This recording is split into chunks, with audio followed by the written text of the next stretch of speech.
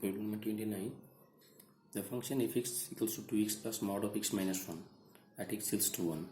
Mod of x minus 1 ফাংশনটা continuous function, 2x টাও continuous function, দুটো যোগফল একটা কন্টিনিউয়াস ফাংশন হবে। এক্ষেত্রে mod of x minus 1 ফাংশনটা x equals to 1 এই পয়েন্টে ডিফারেন্সিয়েবল হবে না। তো সেক্ষেত্রে যে অপশনগুলো রয়েছে এখান থেকে সরাসরি বলা যেতে পারে এই ফাংশনটা কন্টিনিউয়াস হবে। বাকি অপশনগুলো নিয়ে মাথা আসার কোনো প্রয়োজনই নেই, এটা কনফিউশনের জন্য দেওয়া রয়েছে। f of x equals to 2x plus mod of x minus 1 এটা সবসময় একটা কন্টিনিউয়াস ফাংশন হবে। পরবর্তী problem 30. The eccentricity of the conic 3/r equals to 4 minus 2 cos theta. আমরা যখন কোনো কনিক প্রপার কনিকের ইসেন্ট্রিসিটি বার করতে চাই তখন কনিকটাকে আমাদের দুটো আকার রয়েছে, একটা l/r equals to 1 plus e cos theta এই আকারে প্রথমত লিখতে হবে, কিংবা l/r equals to 1 minus e cos theta। এটা আমাদের ইনিশিয়াল লাইন তার ডাইরেকশনের উপর ডিপেন্ড করে প্লাস মাইনাসটা হয়। যদি positive direction of x axis আমরা ইনিশিয়াল লাইন নিয়ে নিই তখন মাইনাস এসে যায়, আর উল্টো ডাইরেকশনে নিলে নেগেটিভ হয়ে যাবে, তখন এটা পজিটিভ হয়ে যাবে। Positive direction of x axis নিলে ইকুয়েশনটা হয়ে যায় l/r equals to 1 minus e cos theta treating focus as pole. তো এক্ষেত্রে যে ইকুয়েশনটা বের হয়েছে সেই ইকুয়েশনটাকে আমাদের এই l/r equals to 1 minus e cos theta এই আকারে আমরা লিখবো এবং এইখান থেকে আমরা এই ইসেন্ট্রিসিটিটা পেয়ে যাব। প্রবলেম রয়েছে 3/r equals to 4 minus 2 cos theta। এক্ষেত্রে আমাদের এই 4টাকে 1 করে ফেলতে হবে, তাই পুরো সমীকরণটাকে আমরা 4 দিয়ে ভাগ করে নিই, তাহলে এটা হয়ে যাবে 3/4/r equals to 1 minus 2/4 cos theta, অর্থাৎ 1 minus half cos theta। তো এখানে এলটা হয়ে যাবে 3/4 এবং এর মানটা হয়ে যাবে হাফ, তাই ইসেন্ট্রিসিটির মানটা হয়ে যাবে half. Next s equals to x, y, z belongs to 3 x plus y plus z equals to 0, then basis of s। তো এই ক্ষেত্রে যে সেটটা রয়েছে এক্স ওয়াই জেড, এটা হচ্ছে গিয়ে এক্ষেত্রে কন্ডিশন রয়েছে x plus y plus z equals to 0, আর এখান থেকে আমরা বলতে পারি x equals to minus y minus z. এইখানে আমরা বসিয়ে দিচ্ছি minus y minus z y z. এরপর এটাকে আমরা লিখতে পারি -1 1 0, ওয়াইটা নিয়েছি এখান থেকে, জেডটা নিলাম -1 0 1, অর্থাৎ এই দুটো ফ্যাক্টর দ্বারা এটা জেনারেট হচ্ছে গিয়ে। তো এক্ষেত্রে যে বেশি সেটটা হবে কি অপশান থেকে দেখতে পাচ্ছি সরাসরি সি এর অপশানটা হবে কি, কারণ ভ্যাক্টরগুলো রয়েছে -1 1 0 -1 0 1, এক্ষেত্রে অপশান সি আমাদের হবে কি। Next problem number 32. The number of basic variables in a solution of a transportation problem with aim origin and end destination, aim origin এবং end destination হলে at most m plus n minus 1 হবে, at most m plus n minus 1. Next একটা curve রয়েছে, tangent at which point the curve x equals to ct square y equal to c by dq is parallel to the line y equal to 2x minus 1। তো এক্ষেত্রে ট্যানজেন্টটা কোন পয়েন্টে, which point of the curve is parallel to the line দেওয়া রয়েছে।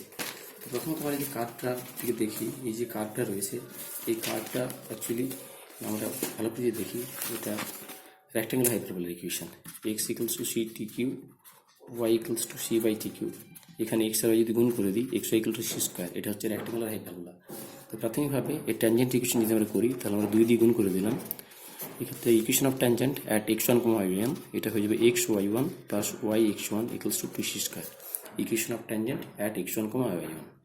এখন এটা হলো tangent equation, are given ইকুয়েশনটা যদি আমরা কম্পেয়ার করি y equal to 2x minus 1, তাহলে ট্যানজেন্ট ইকুয়েশনটা হচ্ছে 2x minus y equals to 1। এই দুটো সমীকরণ আমরা কম্পেয়ার করবো, কারণ এই দুটোই হচ্ছে ট্যানজেন্ট, অর্থাৎ y1/2 equals to x1/-1 equals to 2c square by 1।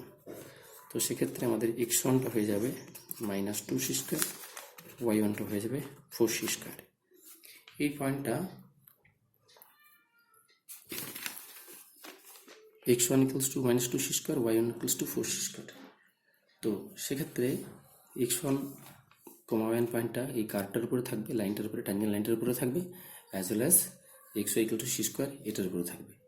তো সেক্ষেত্রে আমরা এইভাবে লিখতে পারি, দুটোকে গুণ করে x1 y1 ইকুয়ালস টু গুণ করলে আসবে -8c power 4, R x1 y1 equals to আমাদের ছিল 2c square, x1 equals to only c square ছিল, x1 equals c square equals to -8c পাওয়ার 4, অর্থাৎ 1 ইকুয়ালস টু -8c স্কোয়ার, তো c স্কোয়ার ইকুয়ালস টু -1/8।